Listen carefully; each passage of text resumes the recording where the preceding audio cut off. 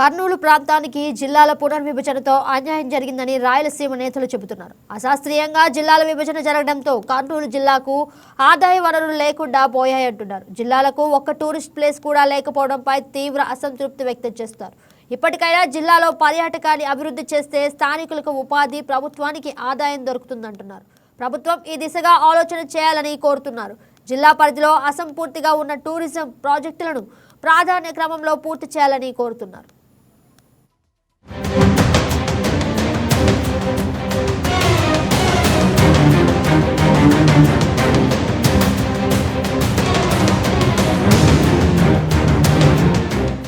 జిల్లాల పునర్విభజన తర్వాత కర్నూలు జిల్లాలో పర్యాటక ప్రదేశాలను అభివృద్ధి చేసేందుకు గత ప్రభుత్వ హయాంలో కర్నూలు జిల్లా సుంకేశ్ల జలాశయం వద్ద పర్యాటకుల సౌకర్యార్థం ఒక బిల్డింగ్ అయితే కన్స్ట్రక్షన్ చేశారు. ప్రస్తుతం ఈ బిల్డింగ్ శిథిలావస్థకు చేరుకునే పరిస్థితుల్లో చేరుకుంది. కర్నూలు జిల్లా టూరిజం ప్రాజెక్టులు అసంతృప్తిగా మిగిలిపోవడంపై స్థానికులు ఆగ్రహంగా ఉన్నారు.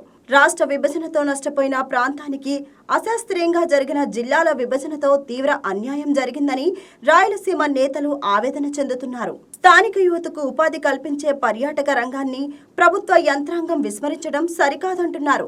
పర్యాటక రంగం కుదేలైందని చెప్తున్నారు. సుంకేసుల జలాశయం వద్ద రెస్టారెంట్ నిర్మాణాన్ని అర్ధాంతరంగా ఎందుకు నిలిపివేశారో సమాధానం చెప్పాలని డిమాండ్ చేస్తున్నారు. ముఖ్యంగా కర్నూలు జిల్లా బైఫర్కేషన్ అయిపోయిన తర్వాత కర్నూలు జిల్లాలో పర్యాటక కేంద్రాలు అంటూ చెప్పుకోదగ్గ ప్లేసులు ఏం లేవు. గతంలో మనం చూసినాము సుంకేశ్ల దగ్గర సుంకేశ్ల డ్యామ్ పక్కన ఆహ్లాదకరంగా చెట్లు అయితేనేమి, పార్క్ అయితేనేమి, ఉద్యానవనం అయితేనేమి, ఉండడానికి రూమ్లు అయితేనేమి చాలా బాగుండేది. ఒకసారి 2009లో వరదలు వచ్చిన తర్వాత అదంతా కొట్టుకుపోవడం జరిగింది. కొట్టుకుపోయిన తర్వాత ఇప్పుడు మన పర్యాటక కేంద్రంలో ఆల్రెడీ ఒక బిల్డింగ్ కట్టడం అయింది. ఆ బిల్డింగు ఈరోజు శిథిలావస్థకి చేరుకున్న పరిస్థితి. ఓపెనింగ్ కూడా కాలేదు. లక్షల రూపాయలు ఖర్చు పెట్టి బిల్డింగ్ కట్టినారు. ఈరోజు దానికి ఇంకా లోపల బండలైతేనేమి, తర్వాత ఇంకా ఓపెనింగ్ కూడా చేయలేదు అధికారులు. అటువంటిది ఈరోజు మందుబాబులకు అడ్డగా మారింది. దాంట్లో రాత్రి అయితేనే అసాంఘిక కార్యక్రమాలు జరుగుతున్నాయి. కాబట్టి అధికారులు కూడా లక్షల రూపాయలు ఖర్చు పెట్టి, ప్రజాధనం ఖర్చు పెట్టి ఈరోజు చూసి చూడనట్టు నీరు గారుస్తున్నారు. కాబట్టి ఇప్పటికైనా కానీ మనం అనేది ఏమంటే కర్నూలు జిల్లాకి ఇప్పుడు అక్కడ మంచి చూసుకుంటే కొత్తగా మనం తయారు చేసేది ఏం లేదు. ఆల్రెడీ డ్యామ్ ఉంది. డ్యాములో మత్స్య సంపద చాలా ఉంది.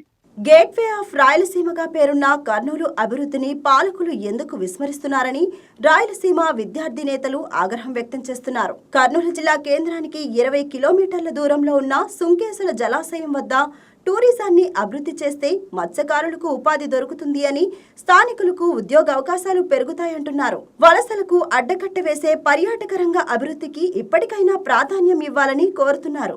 సుంకేసుల జలాశయం ఉంది, మరి పర్యాటకంగా అభివృద్ధి చెందేటువంటి అవకాశం ఉంది. పక్కనే 15 కిలోమీటర్ల దూరంలో కర్నూలు టౌన్, మరి అటు పక్క తెలంగాణ కూడా ఉంది. కాబట్టి ఆ బార్డర్లో ఉన్నటువంటి ఆ ప్రాంతాన్ని డెవలప్ చేస్తే ఆర్థికంగా ప్రభుత్వానికి కూడా మరి అక్కడ నుంచి డబ్బులు కూడా వచ్చేటువంటి అవకాశం ఉంటుంది.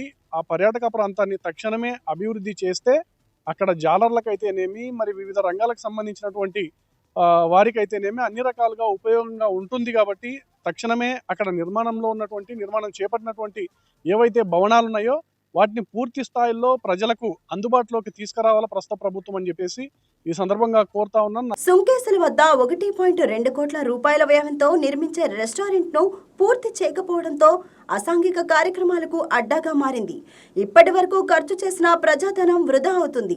ప్రభుత్వం వెంటనే ఈ సమస్యను గుర్తించి పరిష్కారం చూపాలని స్థానికులు కోరుతున్నారు. నిర్మాణాన్ని పూర్తి చేస్తే మత్స్యకారులకు ఉపాధి లభిస్తుందని చెప్తున్నారు.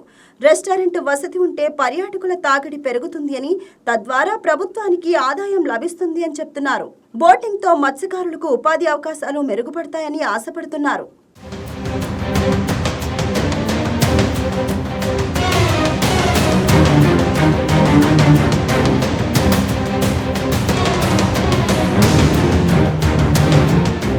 స్థానిక యువతకు ఉపాధి అవకాశాలు కల్పించే ప్రాజెక్టులకు ప్రాధాన్యమిస్తే వలసలు నిలిచిపోతాయని రాయలసీమ నేతలు వివరిస్తున్నారు.